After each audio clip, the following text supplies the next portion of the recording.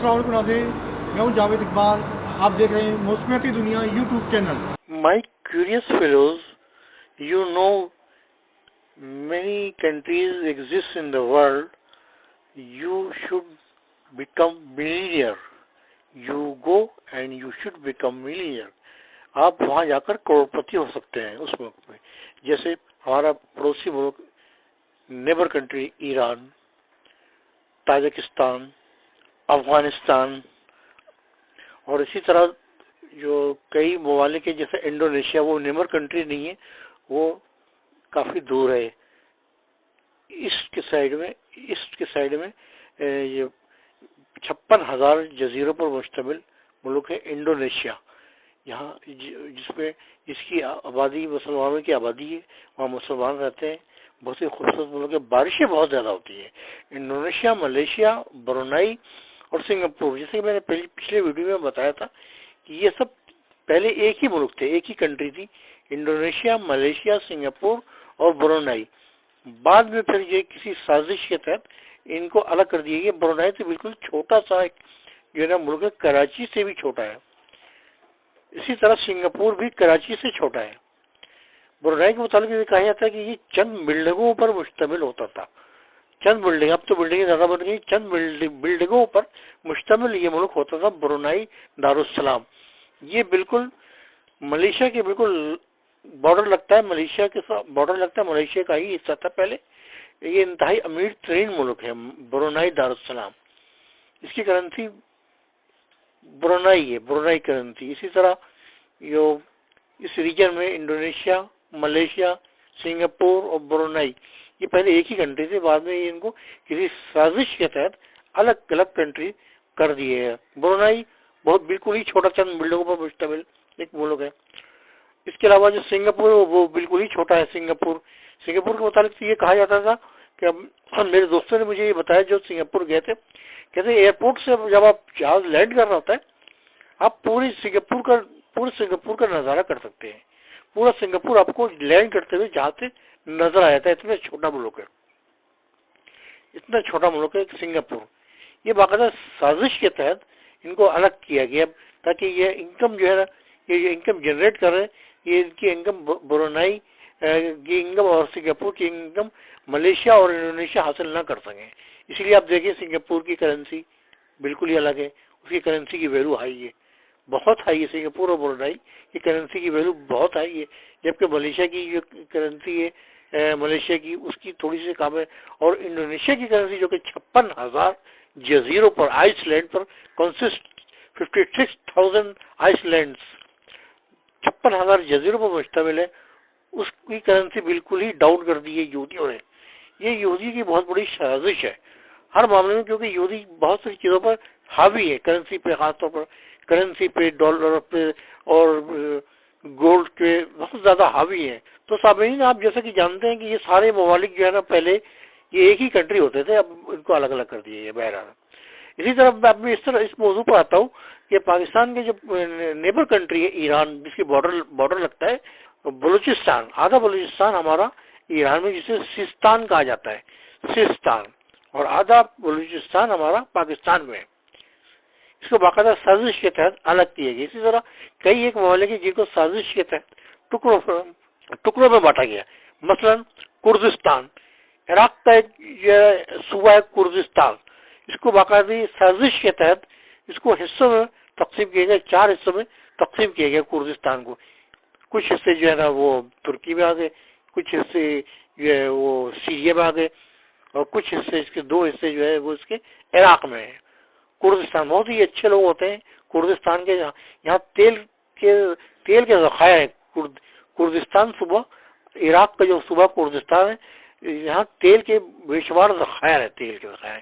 جیسا کہ ناظرین آپ جانتے ہیں کہ عراق مسلم امہ کا ایک بہت بڑا پاور ہوتا تھا، بہت بڑی فوج ہوتی تھی. اس کی انٹیلیجنس، مانی ہوئی انٹیلیجنس ہوتی تھی، پوری دنیا میں مانی جاتی تھی انٹیلیجنس، عراق کی انٹیلیجنس. اس کو باقاعدہ سازش کے تحت عراق میں ہے 3,200 تیل کے کنویں، 3,200 آئل ویل. اسی طرح یہی حال ایران کا. ایران میں بھی تیل کے ذخائر ہیں، تیل کے بے شمار ذخائر ہیں ایران میں. ایران کے تیل کے ذخائر اور رشیا کے تیل کے ذخائر اس میں مماثلت ہے. اور صرف ایک بات یہ کہ ایران میں جو تیل کے ذخائر جو نکلتے ہیں وہ پریشر سے باہر آتے ہیں. اس کو کھینچنے کے لیے نکالنے کے لیے ہمیں ایکسٹرا فورس نہیں لگانی پڑتی, خود پریشر سے باہر آتے ہیں. جبکہ رشیا کی جو تیل کے جو کنویں ہیں اس میں ہمیں تیل کو کھینچنا پڑتا ہے, پاور لگانی پڑتی ہے, اس لیے تیل کا خرچہ بڑھ جاتا ہے. اسی طرح ناظرین آپ جانتے ہیں کہ وہ مختلف ممالک کی جو تیل کے آئل کے جو ذخائر ہیں اس کے کلر بھی الگ الگ ہیں. ان کو کلر سے بھی پہچانا جاتا ہے, کلر سے بھی ان کے کلر بھی الگ الگ. ان کے کلر کا مطلب ہے اس میں کچھ کسی چیز کی ملاوٹ ہے. جیسے ایران کا تیل جو ہے ریڈش مائل تیل ہوتا ہے, جیسے کہ میں نے دیکھا ہے. یہ میں آپ کو اپنے دیکھے ہوئے واقعات بتا رہا ہوں. ایران کے تیل پیٹرول جو ہے وہ ریڈش مائل کلر کا ہوتا ہے, بالکل ریڈش مائل. ایسا لگتا ہے کہ اس میں تانبے کے جو ہے وہ معدنیات ملے ہوئے, تانبے کے مالیکیولز ملے ہوئے اس میں. ایران کے تیل میں ریڈش کلر ہوتا ہے.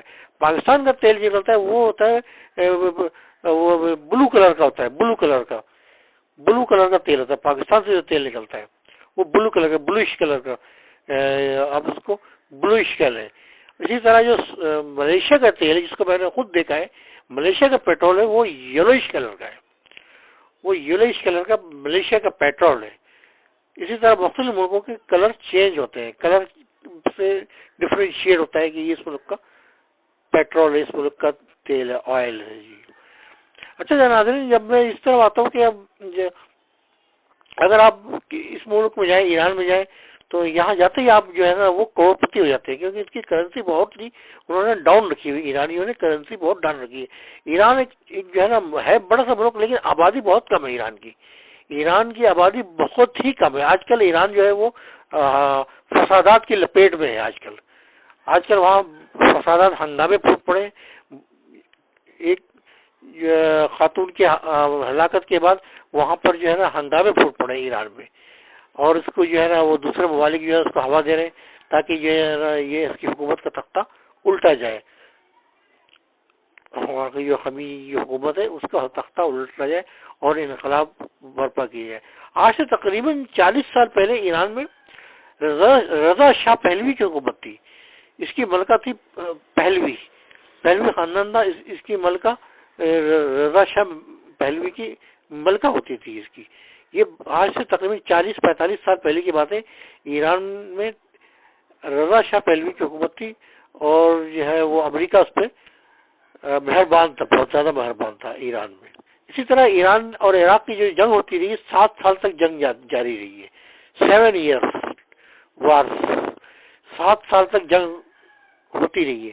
جب بھی کسی ممالک میں جنگ ہوتی ہے تو ناظرین ہمیشہ یہ ہوتا ہے کہ وہاں کے مردوں کی, وہاں اس علاقے میں مردوں کی قلت ہو جاتی ہے, کیونکہ مرد جنگ میں, لڑائی میں شہید ہو جاتے ہیں, مارے جاتے ہیں بیچارے, یا قیدی بنا لیے جاتے ہیں, یا جنگی قیدی بنا لیے جاتے ہیں. اسی طرح ایران عراق کے وار میں بہت سارے جو ہے عراقی اور بہت سارے ایرانی دونوں ایک دوسرے کے ملک میں قیدی بنائے گئے, جنگی قیدی بنائے گئے, اور مردوں کی قلت ہو گئی تھی. تو وہاں ایران میں خمینی حکومت نے یہ قانون نافذ کر دیا تھا کہ ہر مرد کے پاس 3 مہینے کے لیے عورتیں رہیں گی, ان کے حرم میں رہیں گی عورتیں, کیونکہ مردوں کی قلت کی وجہ سے ان کے علماء کو یہ قانون نافذ کرنا پڑا کہ ہر عورت جو ہے وہ 3 مہینے کے لیے ایک مرد کے پاس رہے گی, پھر وہ 3 مہینے کے لیے وہ پھر دوسرے مرد کے پاس رہے گی. اس طرح انہوں نے مردوں کی قلت کو پورا کرنے کے لیے یہ قانون نافذ کیا تھا. ملک گیری سطح پہ یہ نافذ ہے.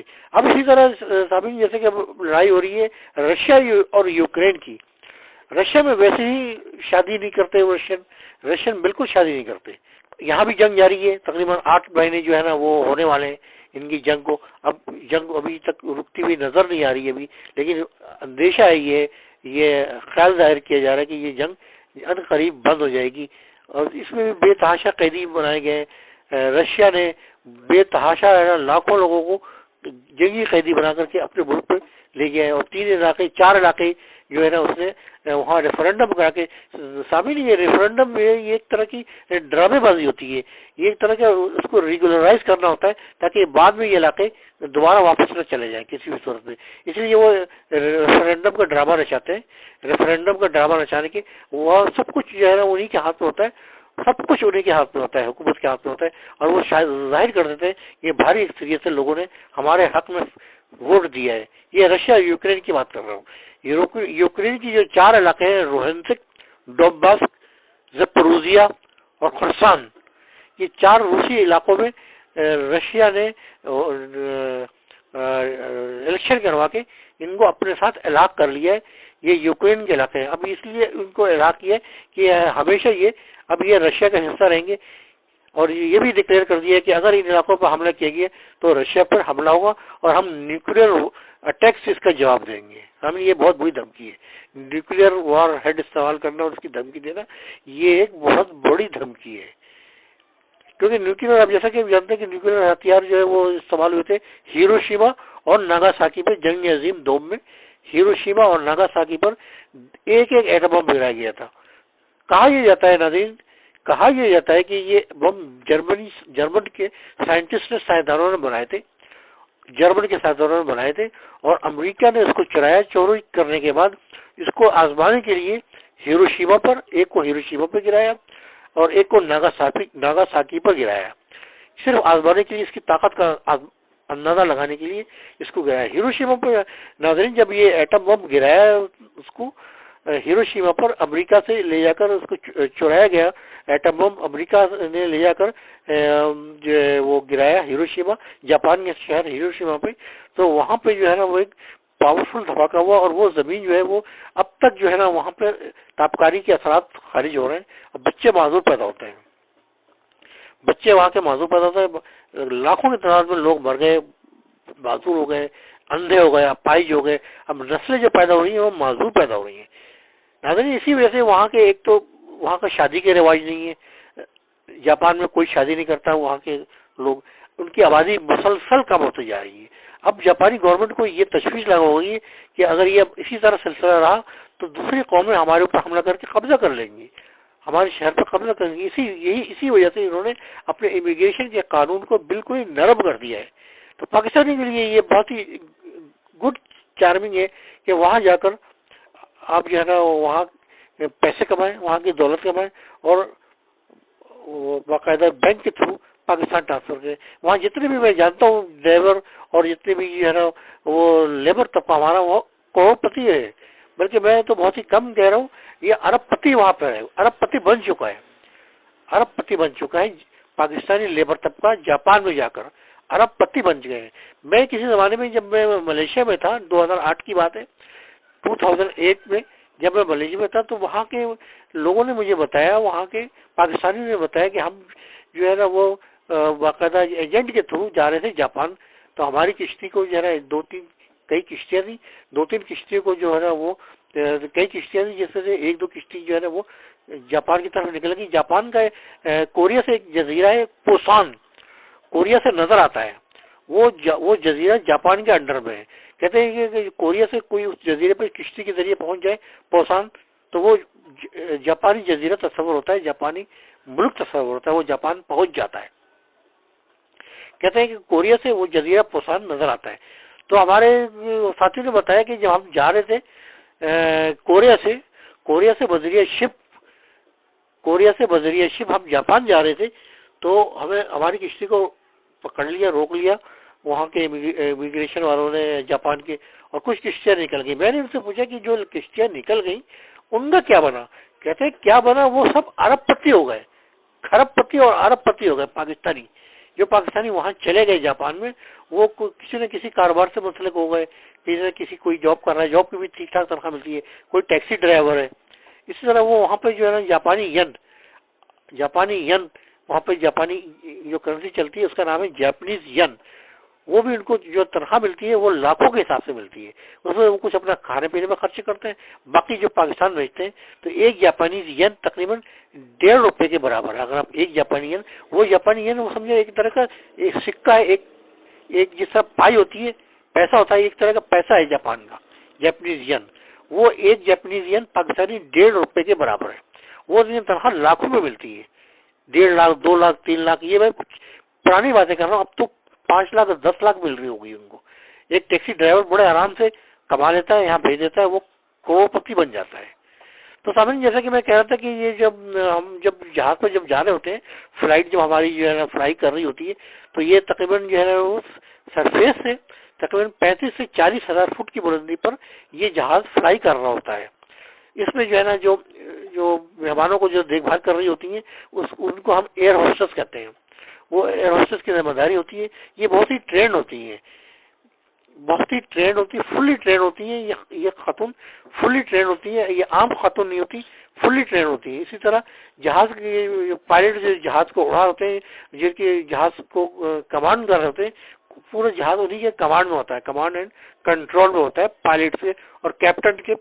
پائلٹ جو ہے وہ دو پائلٹ ہوتے ہیں، جہاز ہمیشہ دو پائلٹ جو اڑا رہے ہوتے ہیں جہاز، ایک پائلٹ کہلاتا ہے، کیپٹن کہلاتا ہے، اور ایک کو پائلٹ کہلاتا ہے جو کہ اس کے مددگار ہوتا ہے، اس کے برابر میں بیٹھا ہوتا ہے۔ آپ نے یہ دیکھا ہوگا کہ ہمیشہ جو ہے نا پائلٹ کی فرنٹ سیٹ پہ ہمیشہ دو پائلٹ بیٹھے ہوتے ہیں، فرنٹ سیٹ پہ بالکل جہاں پہ ان کی نوز ہوتی ہے جہاز کی، نوز پہ دو سیٹیں لگی ہوتی ہیں، ایک پائلٹ کی کہلاتی ہے، دوسری کہلاتی ہے کو پائلٹ کی۔ ان کے پورا دھیان جو ہے نا جہاز پر ہوتا ہے، پورے جہاز پر ان کا دھیان ہوتا ہے، اور جہاز کو جو کنٹرول کرنے والے وہ کرو ہوتے ہیں، وہ کیبن کرو کر لیں، وہ ایئر ہوسٹس وغیرہ ہوتی ہیں۔ ان کا کام یہ ہوتا ہے کہ جہاز مسافروں کو کھانا سپلائی کرنا، ان کے آرام کا خیال رکھنا، اور سب سے خاص بات یہ ہوتی ہے کہ جہاز کو ہائی جیک ہونے سے بچانا، جہاز کو ہائی جیک ہونے سے بچانا، یہ خاص طور پر ان کی نظر ہوتی ہیں۔ اور پھر لینڈنگ اور ٹیک آف کرتے وقت ایئر ہوسٹس کی سب سے اہم ذمہ داری ہوتی ہے کہ یہ ہمیشہ دروازے پہ کھڑی ہوتی ہے، دروازے پر سیٹ ان کی سیٹ ہوتی ہے، وہاں بیٹھی ہوتی ہے۔ جب بھی خدا نہ خاصہ کبھی جہاز میں کریش لینڈنگ ہو یا کوئی مسئلہ ہو گیا ہو فلائی کرتے وقت، ٹیک آف کرتے وقت اور لینڈ کرتے وقت، تو یہ فوراً دروازہ جہاز کا جو جتنی بھی ایمرجنسی گیٹ ہے ان کو کھولتی ہیں اور مسافروں کو باہر نکالنے کے لیے آوازیں لگاتی ہے، زور زور سے آوازیں لگاتی ہے۔ یہ فلی ٹرینڈ ہوتی ہے۔ اسی طرح ان کا کام پائلٹس کو ہر طرح کے ذہنی اور جسمانی سکون بھی فراہم کرنا ہوتا ہے۔ پائلٹس کو یہ ذہنی جسمانی سکون بھی فراہم کرتی ہے ایئر ہوسٹس۔ ان کے مختلف قسم کے جو ہے نا ٹاسک ہوتے ہیں، جس میں ملٹی ٹاسک پر کام کرتی ہیں۔ یہ بہت ہی پھرتیلی ہوتی ہیں اور یہ بہت ہی شارپ مائنڈ کی ہوتی ہیں اور بہت ہی زیادہ جو ہے نا ایکسٹرا آرڈنری صلاحیت ہوتی ہے ان میں۔ اب اس بات سے اندازہ لگائیں کہ 35,000 فٹ کی بلندی پر جہاز اڑ رہا ہو، 35,000 فٹ 35,000 فٹ کی بلندی پر جہاز فلائی کر رہا ہو، اور اس میں مسافروں میں کھڈا ہو جائے، تو پائلٹ نے تو آ کر کے بچانے سے جو رہا وہ بیچارہ، وہ تو جہاز کو جو اڑا رہا ہوتا ہے، وہ جہاز کو دیکھ رہا ہوتا ہے کہ کہاں سے سامنے سے جہاز آ رہا ہے یا نہیں آ رہا، جبکہ وہ ہمیں تقریباً 50 کلومیٹر دور سے ہی پتہ چل جاتا ہے کہ سامنے سے جہاز آ رہا ہے یا نہیں آ رہا ہے۔ تو یہ 50 کلومیٹر دور سے ہی یہ جہاز کو جو ہے نا اپ یا ڈاؤن کر لیتے ہیں، یہ اپنا جو ہے نا فاصلہ رکھتے ہیں، تقریباً فاصلہ رکھتے ہیں تاکہ جہاز اوپر سے گزر جائے اگر سامنے سے آ رہا ہو تو۔ ان کی بڑی زبردست ٹریننگ ہوتی ہے۔ کبھی ایسا نہیں ہوتا کہ جہاز سامنے آتے ہوئے کرش ہو جائے۔ وہ عام طور پر اگر ایسے واقعات ہوئے بھی ہیں تو وہ ایئرپورٹ کے نزدیک ہوتے ہیں، جس میں یہ جہاز کرش ہونے کے ٹکرانے کے چانسز ہوتے ہیں۔ یہ عام طور پر ایئرپورٹ کے نزدیک ہوتے ہیں، یہ جہاز جس میں جو ہے نا وہ ہٹکا سٹ پر جو ہے نا اس کے ونگ ٹچ ہو جاتے ہیں۔ دوسری بات یہ کہ یہ جہاز فلائی کر رہا ہوتا ہے تو مسافروں کو یہ چاہیے ہوتا ہے کہ وہ ہمیشہ بیلٹ باندھے رکھیں۔ اس کی وجہ یہ ہوتی ہے کہ جب جہاز اڑ آتا ہے تو اس میں جس طرح ہم موٹر کار میں گاڑی میں سفر کر رہے ہیں روڈ پہ، تو جب کھڈے ملتے ہیں تو کھڈوں کی وجہ سے گاڑی میں جھٹکا لگتا ہے۔ بالکل اسی طرح جب جہاز فلائی کر رہا ہوتا ہے 35 سے 40,000 فٹ کی بلندی پر، تو اس میں وہاں پر بھی بالکل اسی طرح ان کو جو ہے نا کھڈے محسوس ہوتے ہیں۔ وہ کھڈے جو ہے نا وہ دوسرے قسم کے ہوتے ہیں، وہ میٹرولوجی کی زبان میں ان کو ٹربولنس بولتے ہیں میٹرولوجی کی زبان میں۔ تو بعض دفعہ وہ جو ہے نا وہ ایئر جو ہے نا وہ ہوتا ہے خلا ہوتی ہے، وہ وہاں ہوا کو کچھ خلا ہوتا ہے، تو اس میں جہاز اگر گزرتا ہے تو جہاز کو جھٹکے لگتے ہیں، زوردار جھٹکے لگتے ہیں، تو بعض دفعہ جہاز قلابازی بھی کھا جاتا ہے۔ کئی دفعہ آپ لوگوں نے اخباروں میں پڑھا ہوگا کہ جہاز میں جو ہے نا وہ مسافروں کو چوٹیں آئی ہیں اور مسافروں کو جھٹکے لگے، وہ یہی ہوتی ہے، ٹربولنس ہوتا ہے۔ وہ ٹربولنس کہلاتا ہے میٹرولوجی کی زبان میں، جس کو ہم عام زبان میں جھٹکے بولتے ہیں۔ جہاز جب فلائی کر رہا ہوتا ہے 45,000 فٹ کی بلندی پہ، تو اچانک کوئی ایئر اسپیس میں کوئی خلا کوئی پریشر ایئر پریشر جب کم ہوتا ہے تو اس کی وجہ سے اس کو جھٹکے لگتے ہیں بڑی شدید جھٹکے ہوتے ہیں، اس میں جہاز قلابازیاں بھی کھا جاتا ہے. تو یہ بہرحال پائلٹ کے یہ کام ہوتا ہے کہ اس کو کنٹرول کرے، اور وہ کنٹرول کر رہے تھے کیونکہ وہ اسی بات کی ان کو ٹریننگ ہوتی ہے ان کو. تو سمجھ میں اس طرف آتا ہوں کہ اگر آپ ایران میں جائیں تو وہاں پر بھی جو ہے نا وہ بڑے اچھے مواقع تھے، ان کی کرنسی ڈاؤن ہے. تو میں نے جیسے کہ آپ کو پہلے ہی بتایا تھا کہ جس ملک کی کرنسی ڈاؤن ہوگی وہاں کے لوگ خوشحال ہوتے ہیں بہت زیادہ، کم پیسوں میں بہت زیادہ خوشحالی ہوتی ہے ان کی. اسی طرح تاجکستان میں جو کہ پاکستان کا بارڈر لگتا ہے، بیراناکا اور یہ جو ہے نا وزیرستان سے ان کا صرف ایک واخان کی پٹی ہے، واخان کی پٹی آپ کراس کریں اور یہ تاجکستان کا علاقہ شروع ہو جاتا ہے. تاجکستان ایک مسلم کنٹری ہے جو کہ سینٹرل ایشیائی ممالک میں ہے. جیسے کہ آپ کو جانتے ہیں کہ یہ سینٹرل ایشیا 1990 میں 1990 میں جب یہ رشیا سوویت یونین ٹوٹا تھا تو یہ بہت ساری ریاستیں آزاد ہوئی تھی، جن میں تاجکستان، ازبکستان، قازقستان، ترکمانستان اور اسی طرح یوکرین بھی ایک ریاست آزاد ہوئی تھی، یوکرین، جو کہ آج کل اس کا رشیا نے اس کا پیا پاچا کر دیا ہے، تباہ کر دیا ہے اس کے چار شہروں پر قبضہ کر لیا ہے، جن میں خراسان، لوہانسک، ڈونباسک اور زپروزیا شامل ہے. اس کو اپنے علاقوں میں شامل کر لیا ہے.